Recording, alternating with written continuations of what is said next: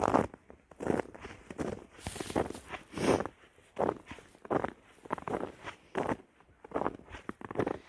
morning. I'm gonna try something slightly different today. I don't have a lot going on in my life. I have a little bit here and there, interesting things to think about, but nothing pressing. And I was thinking about just taking this walk and allowing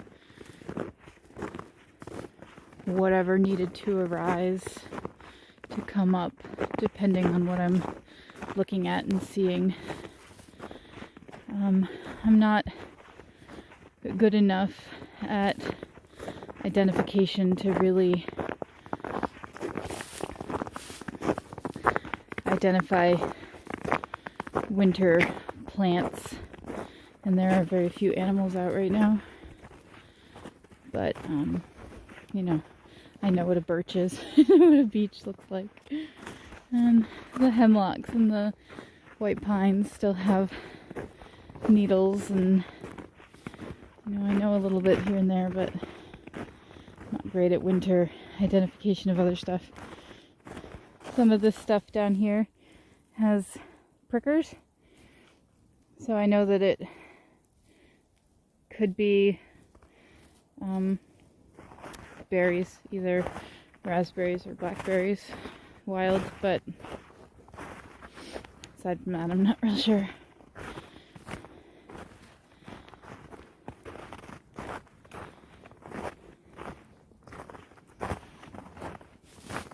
You know, I guess, so I spent, until the last year and a half, almost 2 years, I spent like 3 years going through life kind of, in a fog, not in a bad way though, like it was hard at the beginning. I didn't really know like what my next step was. I didn't know what was good, what was bad. I knew that how I had lived my life up until then was not good, and it had been really detrimental. So it was kind of like going through a winter forest, or you know, maybe even with this much snow falling, or literally like going through a foggy landscape. Just, I could see far enough to put my next foot, to make my next decision, and really not much more than that. And it got to the point, it really got to the point where I was enjoying that. Like, I have spent so much of my life, you know, the first 35 years of my life, planning out far. You know, they ask you when you're 4 years old, when you're 5 years old, and all the way up, what you're going to be when you grow up. Because you're supposed to know, right? And then you get out of high school and go to college if you're lucky, and you're supposed to pick a major. Not something that you're interested in, but something that you're going to do, right? And so I did. I figured out all the things. I knew how long it was going to take for everything, and left my job at the zoo because, among other things, it was going to take another 3 years of the grunt work that I was doing before I could move up to a supervisory position. That didn't sound great to me. Of course, looking back now, that I probably would be okay with that, but I was so ambitious and so driven and looking 10 steps ahead all the time. Yeah, it was just, once I got used to not knowing where I was going, what I was doing, what I wanted to do, it became liberating. To the point where, over the last year, 6 months, I've like really had a direction and thoughts about what I want to do and where I want even that to go. And it's been disconcerting. You know, it's so easy for me to fall back. It's just so easy to fall back into old habits even when we've worked so hard to change them. So it's been an effort to, and I haven't succeeded all the time, obviously, but it's been an effort to not fall back into planning every move and not living in the moment. Because when you can't see more than one step ahead of you, you have to live in the moment. Like, that's the deal. And it had gotten nice. And I was just lamenting, like, I guess a month ago, that things have opened up and I can see what I want. I can see a bit of who I am. I can see all those things, and it's almost like it became scary again. It's interesting. And then I start to get graspy again. Like, all right, how do I make it work? How do I make it work? I gotta think ahead. And then I just lose that kind of pleasure in being, pleasure in the moment. It also meant that looking ahead and figuring out what I want to do in the future messed up my present. I stopped paying attention to the fact, or didn't notice the fact, that my present wasn't that great. There were aspects of it that weren't that great, and that messed up my physical well-being, my psychological well-being, because I was focused out again, ignoring the present and ignoring that right now is all we really have. So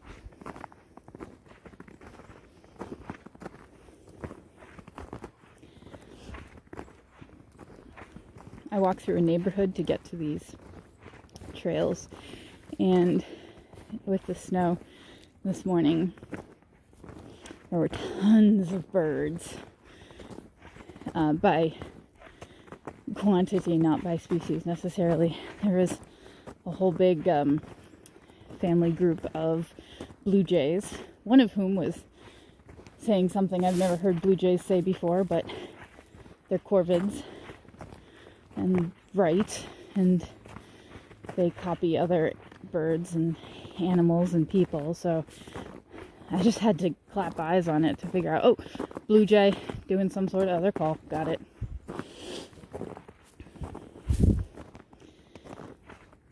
And then there were mourning doves and chickadees, and sorry, those are black-capped chickadees, and tufted titmice, and I saw some dark-eyed juncos.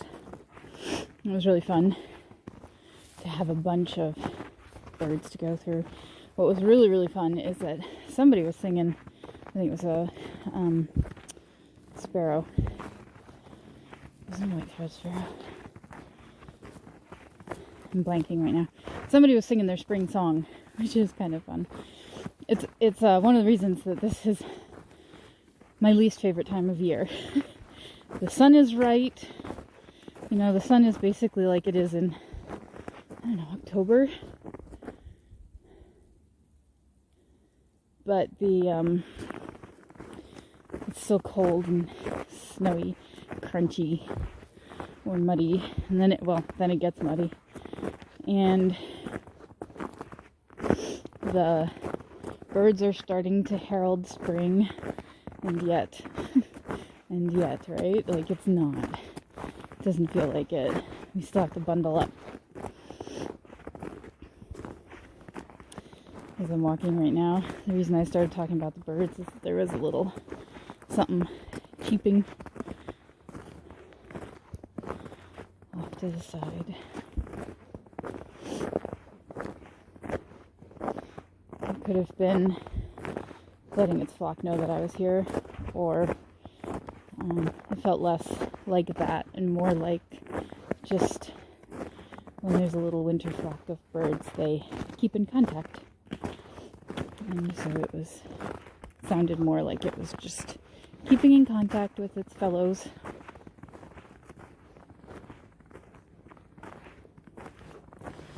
That one, I'm sure you didn't hear it, but off to my side there was a bird that definitely alarmed because I surprised it.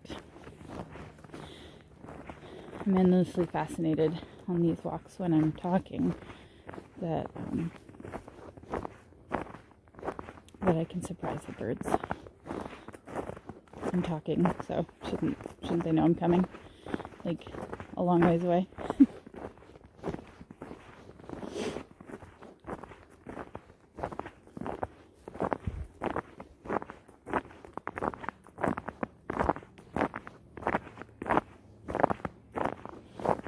These trails are obviously, I don't know if they're groomed, probably, I guess, for snowmobiles. I pulled out my heavy hitters for ice cleats this morning. I wanted to come up on this trail, but with snow on the ground, you just can't see what's underneath you, and I don't know. The older I get, the less I feel like falling. And no, I don't feel old, but I definitely don't feel immortal anymore.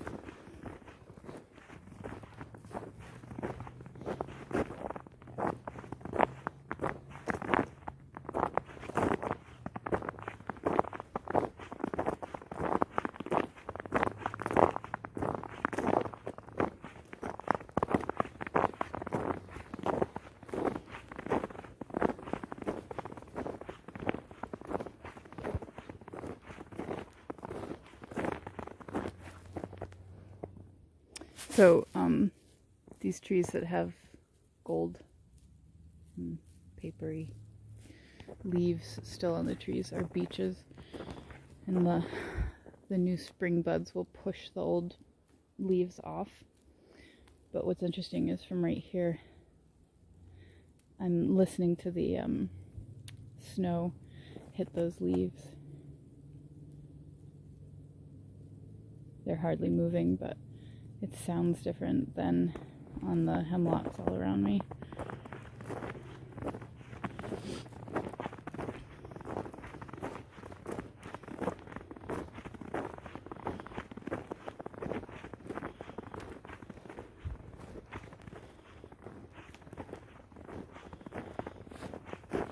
One of the favorite pictures that I've taken is just the face of a Canadian lynx, and I actually knew that kitty. That was while I was working at the zoo, and lynx are so fascinating. I don't really want to say aggressive, because I'm not sure that I would call any animal aggressive, but they're go-getters. And some of the animals that I worked with kind of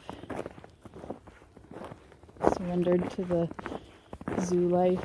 Nobody was happy, but it was at least they knew what was going on and knew that was their lot in life, I guess. And there was one tiger, and that was a little scary. And then the lynx, it just seemed like they were angry that they had to be in captivity. And I do know that it's a personality trait in that species, but I've been thinking about that lynx and wanting to see Well, I'd really like to see a wild lynx. I don't live in an area that gets them, but I've been wanting to see one. And kind of because of that, I've been wanting to see a bobcat, because they are in this area. But out on these trails, I've never even seen tracks. I haven't even seen house cat tracks, never mind wildcat tracks. I think there's just too many people around. I saw bobcat tracks all the time where I used to live, but you know, it'd be pretty miraculous to see tracks, never mind the animal. There's something really special about seeing the predators.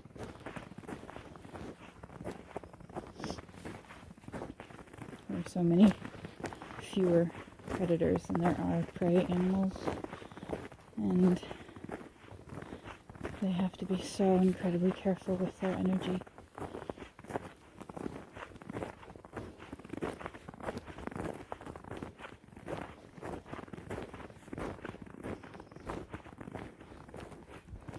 They're also often lone. They don't tend to group up, especially in the kind of area that I live.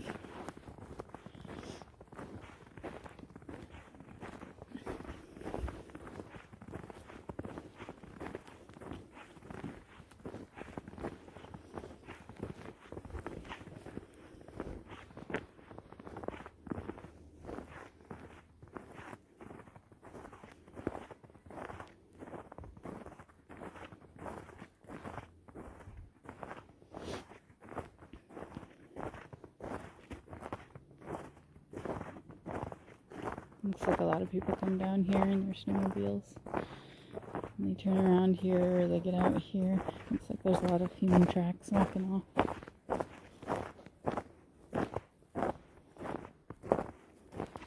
They all go stand behind a tree or something.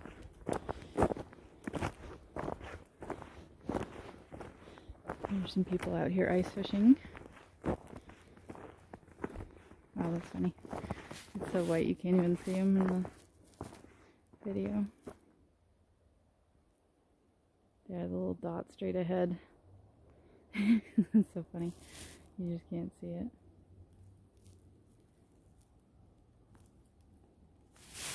I mean, maybe you can and I can't because I'm white snow blinded, but it's so interesting the difference between quiet, serene pond, flat in the summer, spring, summer, fall, you know, as compared to this same pond in the winter where there's just all the evidence of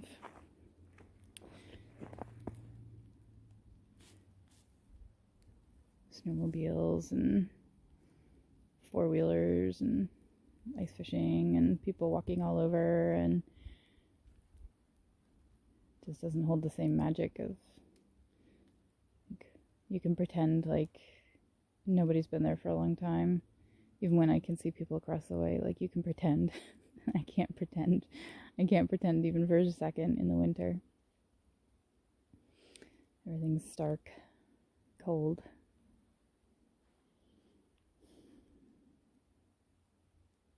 All the evidence is there, which is great if you're looking for animals, but the human animal tends to leave quite a mess.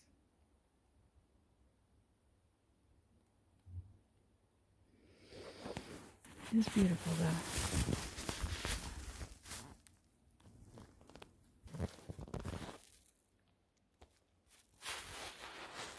I have to do this somehow with a glove here.